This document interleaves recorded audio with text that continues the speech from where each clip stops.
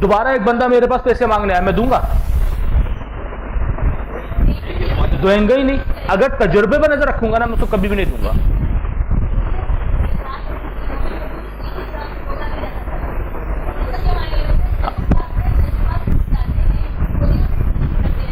बिल्कुल सही है, तजुर्बात को भूल जाएं। सीखा है ना, सिर्फ उसको याद रखना है, उस मोमेंट को भूल जाएं। वो जो मोमेंट होता है ना, वो जो वक्त होता है ना, उसको भूल जाएं, ठीक है? उसको भूलना कैसे है, या उसकी मिसाल देता हूं अभी थोड़ी सी। मैंने कहा ना उधार पैसे देना, आपने बात की एक मोमिन एक सुराख से 2 मरतबा नहीं डसा जाएगा, बिल्कुल सही बात है। अब बात सुने गौर से, मैंने पैसे किसी को उधार दिए, पैसे लिए, वो भाग गया या मुकर गया कि नहीं जी मैंने आपके पैसे देने ही नहीं थे, तो क्या अब जब दोबारा मेरे पास कोई पैसे लेने आएगा एक मोमिन, तो दोबारा नहीं डसा जाता? मैं नहीं दूंगा, या उस बंदे को तो नहीं दूंगा कम से कम। ऐसा ही ना, एक तो ये तो था तजुर्बा। अब उस तजुर्बे से सीखता हूं मेरी क्या क्या गलती थी। तजुर्बे में और सीख में पता है क्या फर्क है? तजुर्बे में हम सामने वाले की गलती देख रहे होते हैं और सीख में हम अपनी गलती देख रहे होते हैं। जब भी कभी खराबी आती है, जब भी कभी नुकसान होता है ना, तो वो दोनों की गलती से होता है, सामने वाले की और मेरी, ठीक है? तजुर्बा क्या कहता है? हाँ, वो मार्केट में यही मसला था, इस वजह से मेरा कारोबार खराब हो गया, मुल्क के हालात अच्छे नहीं थे इसलिए मेरा कारोबार खराब हो गया। वो असल में ना हालात खराब थे तो वो घर से निकला इसलिए मारा गया, यह है तजुर्बा। हालात खराब है, औरंगी टाउन जाने से पहले ना जेब की सारी जेब खाली कर देना वरना लुट जाओगे, यह है तजुर्बा। और सीख क्या है? सीख क्या होगी इससे? अपनी इस्लाह क्या होगी?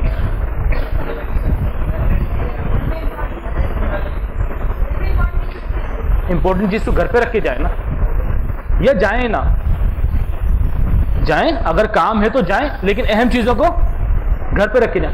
अपने आप की जो बेहतरी है ना उसको सीख कहते हैं, और दूसरे में से जो गलती निकालना उसको तजुर्बा कहते हैं। थोड़ा सा फर्क है, बिल्कुल थोड़ा सा, ठीक है? बिल्कुल तजुर्बे से आएगी, तजुर्बे से सीखें और तजुर्बे को भुला दें। सीखना तजुर्बे से ही है और फिर उस तजुर्बे को भुला देना है। वो जब तजुर्बों के साथ चिपटे रहते हैं ना, वो बहुत गलत होता है। मैंने जब भी, मैं एक टीचर बनी और मुझे लगा कि बच्चे इस तरीके से नहीं पढ़ते, मैंने अपनी कोऑर्डिनेटर को, अपनी एचओडी को बार बार कहा देखें ये पॉलिसी है, इनके ऊपर काम करें, बच्चे पढ़ने लग जाएंगे। एचओडी ने कान नहीं धरे, बल्कि मुझे कहा मिस जैसे आपको कहा ना आप जाके वैसे काम करें। 1 मरतबा हुआ, 2 मरतबा हुआ, 3 मरतबा हुआ। अब क्या होगा आगे? उसका तजुर्बा क्या कहता है आगे क्या करना है? आप कुछ भी सुना लो, आपकी सुनाई होती नहीं है, इसलिए चुपचाप जैसे कहा वैसे काम करो। ये तजुर्बा है, ये तजुर्बा है। इसमें सीख क्या हो सकती है? अपनी इस्लाह क्या हो सकती है? काम करके दिखाएं, रिजल्ट आएगा तो मानेंगे ना। काम करके दिखाएं, रिजल्ट आएगा तो खुद मानेंगे, ये सीख है। हम तजुर्बे से चिमटे रहते हैं, तजुर्बों को पिछले भुला दें। बचपन में पिटाइयां लगी थी, बचपन में पिटाइयां लगी थी, उस पिटाइयों के लगने की वजह से ना मुझे अम्मी अब्बू पसंद नहीं है। जब उनसे बात करते थे वो गुस्सा करते थे, इसलिए मुझे अम्मी पसंद नहीं है, क्योंकि अम्मी डांटती भी ज्यादा थी और पिटाई भी ज्यादा करती थी। अब्बू पसंद है, वो मेरी बात सुनते थे, मुझे पैसे देते थे। ये मेरा तजुर्बा है। अब सीख क्या है? मुझे पिटाई लगती क्यों थी, मेरी क्या गलती थी उसमें, ये सीख है। तजुर्बे और सीख में थोड़ा सा फर्क है। तजुर्बे में हम सामने वाले के ऊपर रख रहे होते हैं, किसी वक्त पे डाल रहे होते हैं सारा ब्लेम, और सीख में हम अपनी बात कर रहे होते हैं, मेरी क्या गलती थी।